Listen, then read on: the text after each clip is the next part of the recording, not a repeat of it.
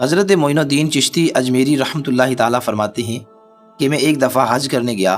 وہاں عرفات اور مزدلفہ میں نے ایک شخص کو دیکھا جو بلند آواز کے ساتھ بار بار پکار رہا تھا، لبیک لبیک لبیک، اور غیب سے آواز آتی، لا لبیک لا لبیک لا لبیک۔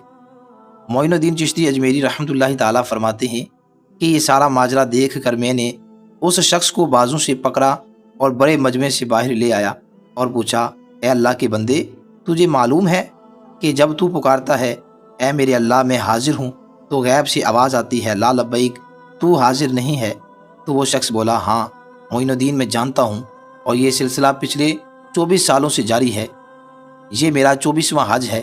وہ بڑا بے نیاز ہے۔ میں ہر سال یہی امید لے کر حج پر آتا ہوں کہ شاید اس دفعہ میرا حج قبول ہو جائے، لیکن ہر سال ناکام لوٹ جاتا ہوں۔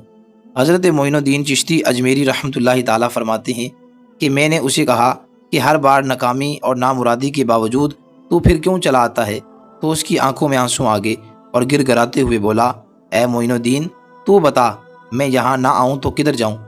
اس کے سوا میرا کون ہے؟ کون میری باتیں سننے والا ہے؟ کون میرے گناہوں کو معاف کرنے والا ہے؟ کون میری مدد کرنے والا ہے؟ کون میرا خالی دامن بھرے گا؟ کون مجھے بیماری سے شفا دے گا؟ معین الدین بتا مجھے، اگر کوئی دوسرا رب ہے تو بتا، میں اس کے پاس چلا جاتا ہوں۔ حضرت معین الدین چشتی اجمیری رحمۃ اللہ تعالیٰ فرماتے ہیں کہ اس کی یہ باتیں سن کر میری آنکھوں میں آنسو جاری ہو گئے، جسم پر لرزہ طاری ہو گیا۔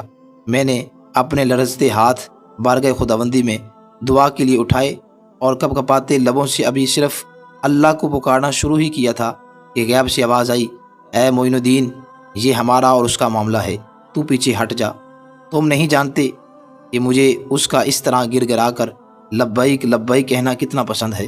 اگر میں اس کے لبیک کے جواب میں آج ہی لبیک کہہ دوں تو اسے یقین ہو جائے گا کہ اس کا حج قبول ہو گیا ہے، تو وہ آئندہ حج کرنے نہیں آئے گا، اور یہ سمجھتا ہے کہ اس کا حج قبول نہیں ہو رہا۔ تو اسے بتا کہ پچھلے 23 سالوں سے جتنے بھی لوگوں کے حج قبول ہوئے ہیں وہ سب اس کے لبیک لبیک پکارنے کی بدولت ہی قبول ہوئے ہیں۔